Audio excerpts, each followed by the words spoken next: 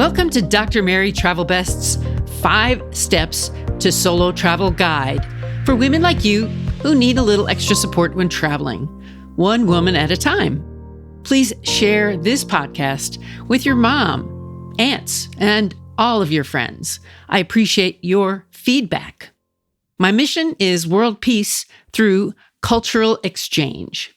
And this episode, the FAQ is, you asked about packing tips. Listen to how you can cut out half. Today's destination is Idaho travel.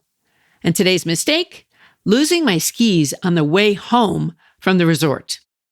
The travel advice is follow the 5 steps. So the FAQ, do you have any good packing tips for me?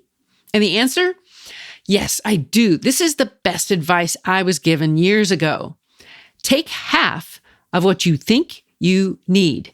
You don't need it all. You can purchase what you forgot at the nearby store when you arrive. Keep your pack light and your path easy. Do you need a hairdryer? Maybe not. Ask whether the hotel has one. Do you need a lot of makeup? Maybe not, as you are traveling. Do you need an outfit for every day? No, you can mix and match, so keep the colors simple and don't overdo the clothing. You may not need even half of it. So you have now got room in your suitcase for souvenirs and gifts for those friends back home. Now, the 60-second confidence challenge. Let's remove half of your items from your suitcase before you travel. Lighten your load.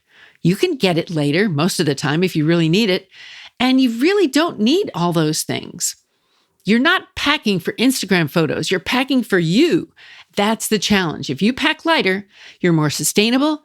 You can relax more about your stuff, pay less in baggage fees, and you're lighter in every way. Find out more about this in my 5 Steps to Solo Travel series, available on my website and on Amazon.com. And let me know if you have questions we can use for future podcasts. This is number 368, so keep listening for more. Today's destination is Idaho travel. Now, I'm going to give you a summer and a fall travel guide. When I think of Idaho, I used to think first of potatoes. But the real story is much bigger. Idaho is a wonderful destination for a summer or fall vacation with mountain scenery, lakes, charming towns, outdoor recreation, and easy access to some of the most beautiful parts of the American West. I've been fortunate to visit Idaho on several different trips, and each one showed me a different side of the state. Now, Idaho is a step 2 travel destination. It's far for most people, but it's still quite familiar for a solo traveler. One of my most memorable visits was a winter week-long ski trip to Sun Valley. Although Sun Valley is famous for that winter destination, it also makes a terrific summer and fall getaway. The mountain scenery, it's just stunning. The town has an upscale and relaxed atmosphere, and there's plenty of opportunities for hiking, biking, and just enjoying fresh air.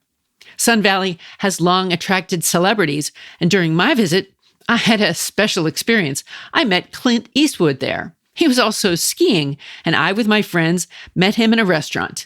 He joined our group, and we ended up dancing all around the restaurant with him. He was very kind and gracious to us, and it made the trip even more unforgettable.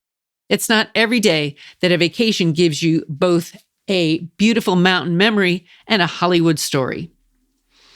If you visit Sun Valley in summer, you can enjoy long, sunny days, wildflowers, scenic chairlift rides, golf, horseback riding, and peaceful walks through town. And in the fall, the changing leaves bring beautiful color to the valley, and the cooler temperatures make it especially pleasant for outdoor. Now, Ketchum and nearby Haley also offer restaurants, galleries, and welcoming small-town feel that make the area feel attractive even beyond the natural scenery. On another trip, I passed through Idaho Falls on the way to and from Yellowstone National Park. That's one of the great advantages of Idaho. It works beautifully as either a destination of its own or as part of a larger Western road trip. Eastern Idaho offers dramatic landscapes rivers, and open spaces that help set the mood for a national park adventure. So if you're planning a Yellowstone trip, consider spending extra time in Idaho rather than rushing through.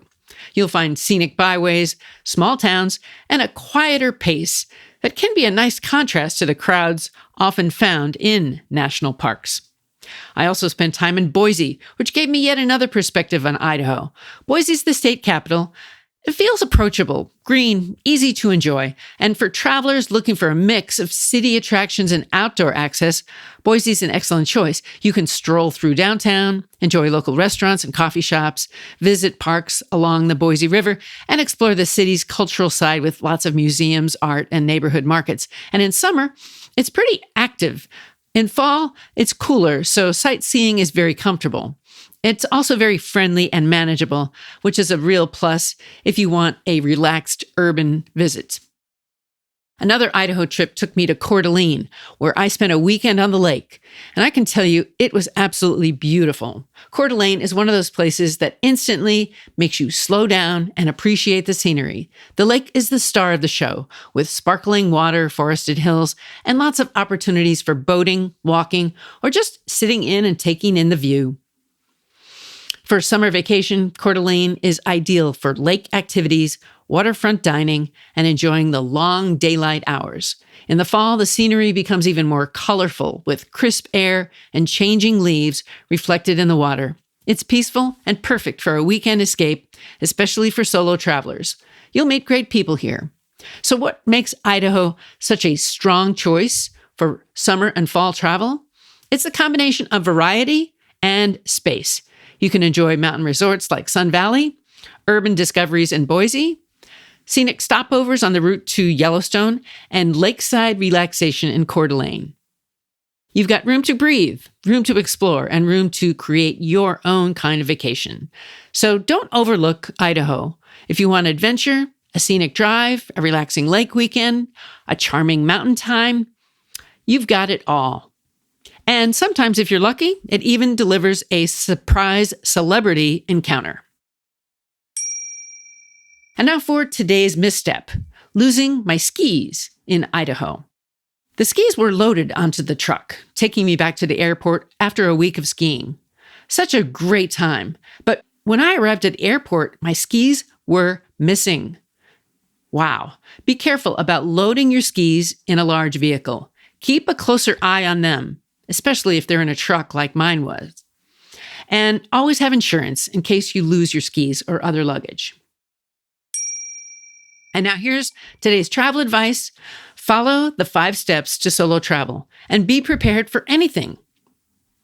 Even if you're planning a trip with a friend, you will end up solo at some point on your trip.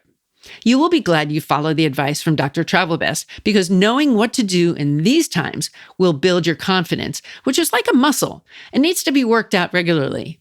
It's not an on-off switch. You'll be glad you invested in this guidance. Let's connect on my website or Facebook page, my group, or Instagram. You can subscribe on YouTube and on other social channels, and find the 5 Steps to Solo Travel series on Amazon. And if you would, please support this podcast with a review anytime you like.